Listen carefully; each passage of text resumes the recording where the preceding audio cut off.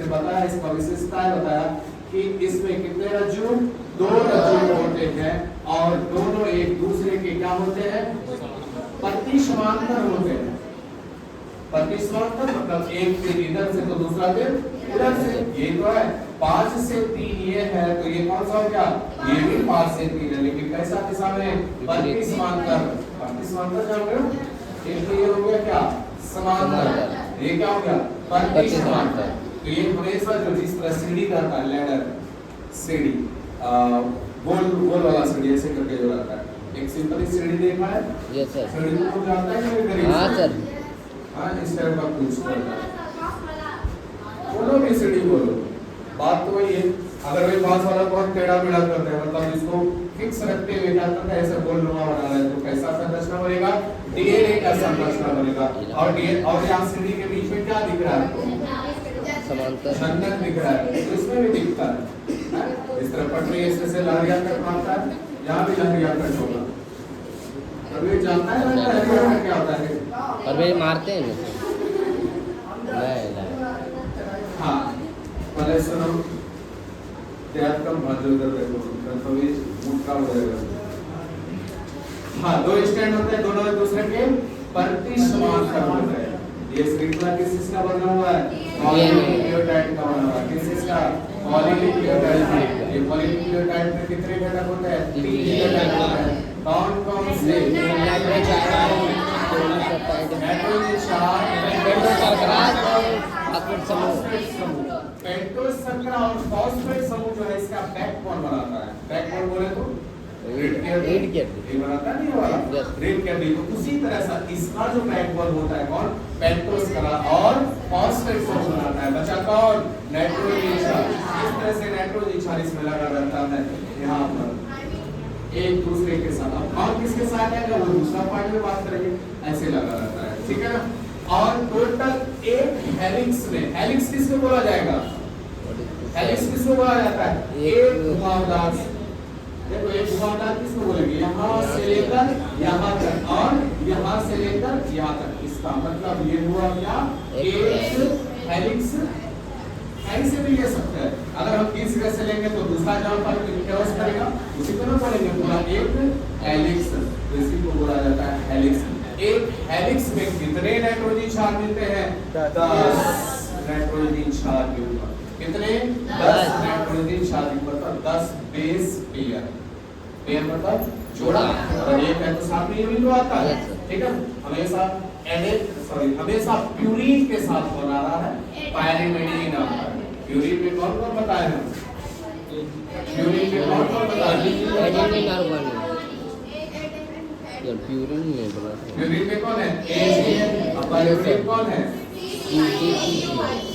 DNA के लिए बात करेंगे, सिर्फ डीएनए के लिए बात करेंगे तो कौन है, सीटीएस। पहले फैमिली के सी इसके जगह पे यूरस का जगह दिया, ठीक है। ए के साथ एट और सॉरी पहले आ देखो, प्यूरीन के साथ हमेशा कौन आता है, पायरिमिडीन आता है हमेशा, ठीक। इसका मतलब अगर एडेनिन आता है, इसका मतलब एडेनिन के साथ या तो थायमिन आता होगा या तो साइटोसिन आता होगा। यहाँ पर वैसा ही, तो ये जो दोनों जो युग्म बनाता है उसी को क्या बोला जाता है, बेस पेयर, या क्या बोला जाता है, क्षार युग्म। तो एक बीच में कितने क्षार युग्म होते हैं, 10 क्षार युग्म होते हैं। 1 2 3 4 5 6 7 8 9 10। हर एक अगर बीच लेते हैं, हर एक हेलिक्स लेते हैं तो उसमें टोटल कितने क्षार युग्म आते हैं, 10 आते हैं। अब बात कर रहे हैं कि ये हमेशा प्यूरीन के विपरीत में कौन आता है, पायरिमिडीन आता है। प्यूरीन के विपरीत में पायरिमिडीन आता है। इसका अर्थ हुआ कि एडेनिन के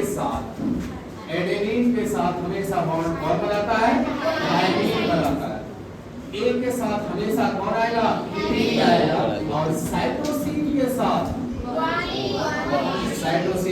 हमेशा क्या, इसमें भी खास बात, ये जो नाइट्रोजन क्षार है ये कौन सा बंध के द्वारा जुड़े होते हैं, कौन सा बंध, हाइड्रोजन।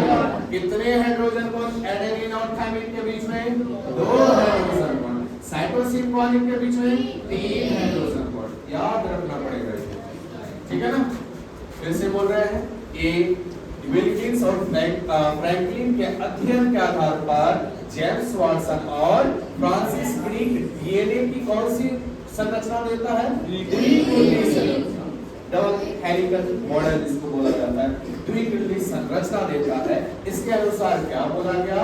एक डीएनए कितने पॉलीपेप्टाइड श्रृंखला बने हुए हैं? दो, और दोनों पॉलीपेप्टाइड श्रृंखला मतलब दोनों रज्जु की एक दूसरे के क्या होते हैं? प्रतिसमांतर होते हैं। दूसरा पॉइंट, इस डीएनए का न्यूक्लियोटाइड में एक न्यूक्लियोटाइड दूसरे न्यूक्लियोटाइड से किससे द्वारा जुड़ा रहता है? नाइट्रोजनी क्षार के द्वारा। मतलब प्यूरिन हमेशा बॉन्डिंग करता है किसके साथ? पायरिमिडीन के साथ करता है। अब प्यूरिन पायरिमिडीन की हम बात कर रहे हैं, इसका मतलब इसके बारे में बात करेंगे। इसके अंदर में क्या क्या आता है? कौन आता है? एडेनिन आता है। तो प्यूरिन अगर एडेनिन है तो थायमिन कौन हो जाता है? पायरिमिडीन होता है। देख लो, एडेनिन क्या है? प्यूरिन। थायमिन क्या है? पायरिमिडीन। मतलब प्यूरिन के विपरीत कौन आ रहा है? थायमिन। पायरिमिडीन आ रहा है।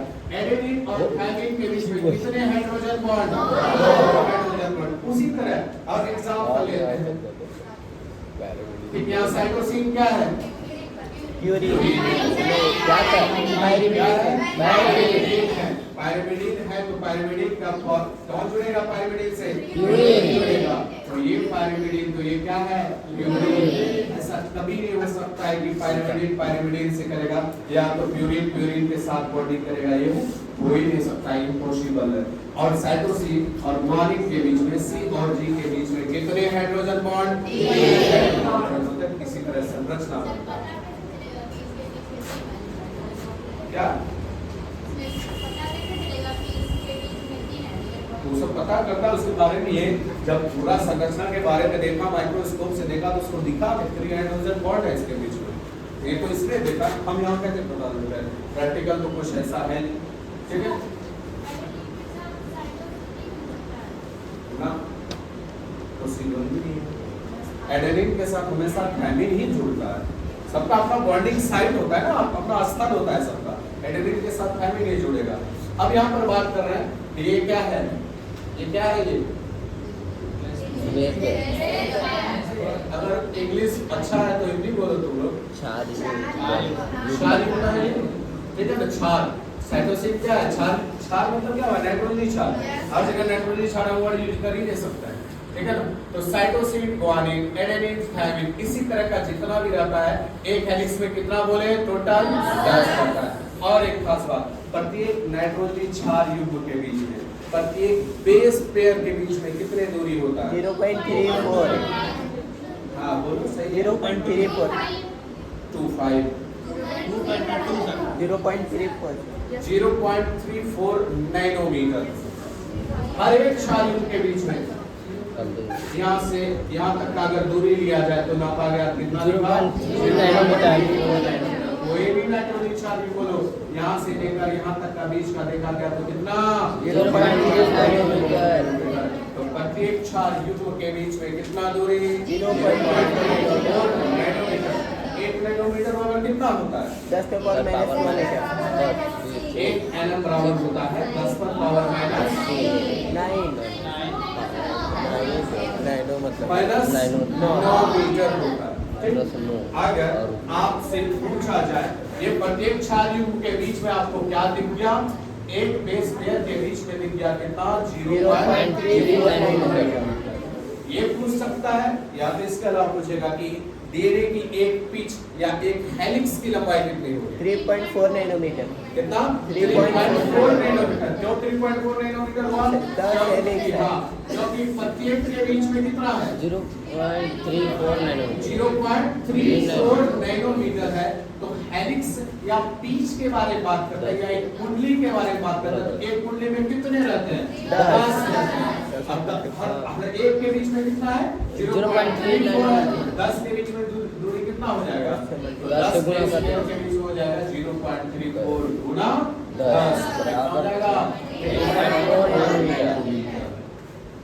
ठीक है, इसे एक क्वेश्चन या तो थ्योरेटिकल पूछे या तो न्यूमेरिकल ऑब्जेक्टिव पूछे, पूछना है इससे डीएनए की संरचना, वो भी किससे रिलेटेड? जेम्स और मतलब वाटसन और क्रिक से रिलेटेड पूछना है। नुकसान होता है। ठीक है ना? अब इसमें से कुछ दिक्कत मत करो।